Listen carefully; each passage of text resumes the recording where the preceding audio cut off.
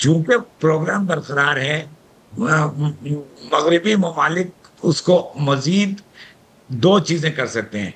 आप सैंक्शंस की बात कर रहे हैं, मगर उससे बढ़ के सदर ट्रंप ने कहा है कि हम फिर से उसके ऊपर हमला कर सकते हैं। अगर ऐसा करता है तो और डिस्ट्रक्शन कर सकता है। तो ये एक अनएंडिंग गेम चलेगा।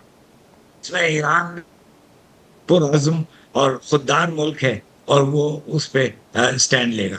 नकवी साहब एक छोटी सी ब्रेक ले लूँ, वापस आते हैं। I have a question. मतलब इसमें अगर दोबारा स्ट्राइक की जाती है ईरान के ऊपर, तो उसके कितने चांसेस हैं कि जनाब वो फिर जितने भी वहाँ पे let's put it this way कि जितने वहाँ पे इनरिचमेंट का प्रोसेस है वो मज़ीद रुक जाएगा या और पीछे चला जाएगा, या how will be gauge it ji? फिर हम ना वो IAEA की ऑब्जर्वेशन पे चलेंगे कि जनाब वो क्या कहता है, कितनी डैमेज हुआ है कितना नहीं? देखिए ना, ईरान की अब जो पोजीशन है, उसने आईएईए से ताउन खत्म कर दिया है।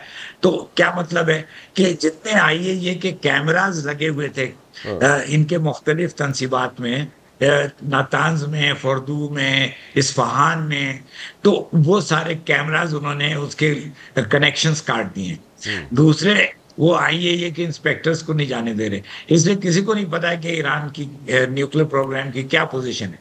अब अगर फिर से बमबारी हुई या सैंक्शंस लगे, तो बमबारी के केस में तो वो जाहिर है कि उन्होंने अपनी सिक्योरिटी और मजबूत कर रखी है। वो मिसाइल्स भी चला सकते हैं, उनको चीन से भी मदद मिलती है।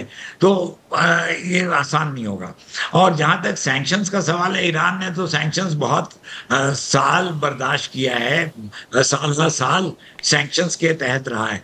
तो वो भी ईरान कर लेगा मैनेज। तो ये और रिजीम चेंज जो है ना, वो राना साहब, मैं नहीं समझता कि ईरान की रिजीम बदलेगी।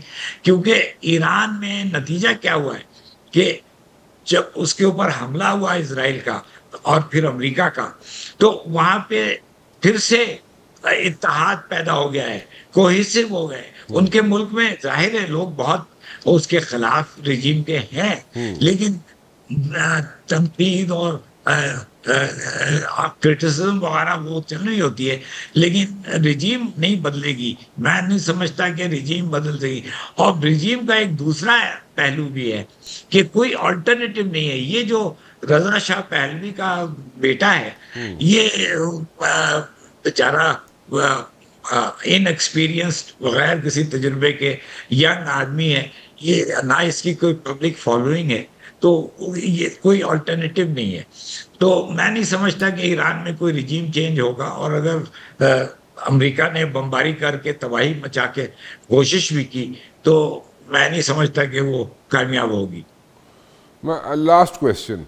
My question is that if America strikes back again on Iran, ठीक है, and America and Israel know this thing. They know this thing that they have not been able to destroy the nuclear program.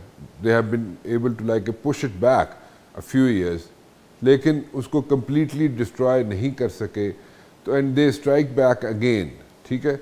सो उसमें अगर आप ये जहन में रखें, you should keep this thing in mind Naqvi साहब, कि Iran has issues, internal issues, and the issues are that there are moles within Iranian army, Iranian political जो सर्कल्स हैं उसके अंदर भी, and they have like you know security breach कई मरतबा हो चुकी है ईरान में। There में so many times the security breaches have occurred in Iran. So they are weak. Iran is weak. So keeping in mind that Iran is weak internally, so how will they be able to like protect themselves? So if America goes for a strike again, it's going to be an issue for Iranians. Don't you think so? ये आप दुरुस्त कह रहे हैं। ये बहुत valid point है कि ईरान की सिक्योरिटी लैप्सेस बहुत सामने आई हैं। और देखिए ना, शुरू से उनके यहाँ पहले स्टक्सनेट, वो साइबर अटैक हुआ, उसमें ईरान के प्रोग्राम पे बड़ा असर पड़ा, वो बहुत पीछे हट गया, चला गया। उसके बाद वो साइंटिस्ट मारे गए, एक साइंटिस्ट गाड़ी में उसको बम पड़ा उसके ऊपर, वो बम फट गया। और फिर हाल में वो इस्माइल हानिया का कत्ल, जो कि टारगेटेड किलिंग थी, एक घर में जिसमें वो रह रहा था वहां पे बम पड़ा, गिरा। अच्छा, फिर कासिम सुलेमानी का कत्ल, और फिर अभी हाल में जब ये सूरत हाल पैदा हुई है तो उसमें भी जो मुख्तलिफ जगहों पे अमेरिका ने बमबारी की, वो भी सारे लोकेशंस किसी ने उनको इंफॉर्मेशन दी होगी। Dakvi Saab, to be very honest, the reality check is that the Israelis had been like striking, but they have been making very precise strikes. So that means that, and in those strikes, when the Israelis went for the strikes, those strikes were number one very precise, and there was like minimum collateral damage. So that means that their intel was too good. The Israeli intel was too good. So that means that there were moles inside Iranian circles. Yeah. और इसमें राणा साहब एक और पहलू ये है कि इसमें बहुत से भारतीय शहरी मुलविस हैं, और ये सिक्योरिटी ब्रीच जो हुई है उसमें इंफॉर्मेशन बहुत से इंडियंस ने जो ईरान में रहते हैं उन्होंने इजराइल को भी प्रोवाइड किया है, इजराइल ने अमेरिका को प्रोवाइड किया।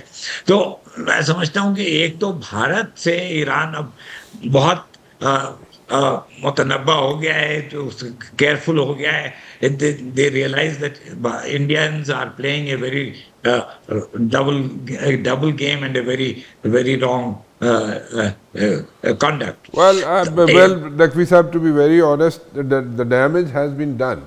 Okay? So the Indians did play a role. There is no doubt about that. But then again, the damage has been done. The nuclear program has been pushed back. Iranian nuclear program has been pushed back. So there is no doubt about that. But then again, if there are moles within Iranian circles in the military, there are moles in the political circles in Iran, and if there are moles within, like I would say, the ministries also, and there in the power corridors also in Iran. So I personally think it's a weak situation for Iran, and it's a situation for Iran. So they have to like look into those things first. And if America strikes back again, it's going to be a serious issue for Iran, because Iran is weak. जी हाँ, वो सही है, लेकिन उसके साथ साथ मैं ये भी कहूँगा, आप जो बात कह रहे हैं बिल्कुल दुरुस्त है, लेकिन साथ साथ ईरान का जो इतना उसके ऊपर हमला और उसके खिलाफ जो साजिशें हैं, उसके नतीजे में ईरान मुमकिन है कि न्यूक्लियर वेपन बनाने पे तो आ जाए, और वो स्टेप भी ले ले जो उसने आज तक अभी तक नहीं लिया था। तो they might drive Iran to develop nuclear weapons, and that would be very dangerous for the region as well as for the rest of the world. हर वक्त बाखबर रहना वक्त का तकाजा है, बर वक्त बाखबर रखना हमारा फरीजा है। अभी सुनो न्यूज़ के YouTube चैनल को करें सब्सक्राइब, बेल आइकन पर करें क्लिक, और मुल्की और गैर मुल्की खबरों से रहें बाखबर, यकीन के साथ।